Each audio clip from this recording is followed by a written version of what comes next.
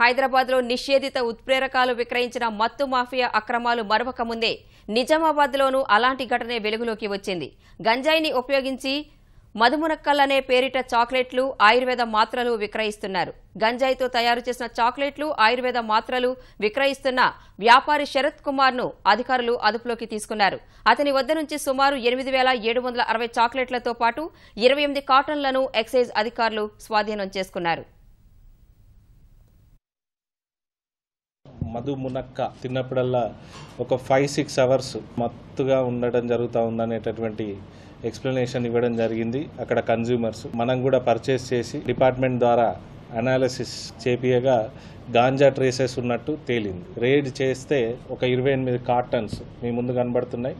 ఒక్కొక్క కార్టన్లో 300 ప్యాకెట్లు ఇటువంటివి ఉండడం జరిగింది.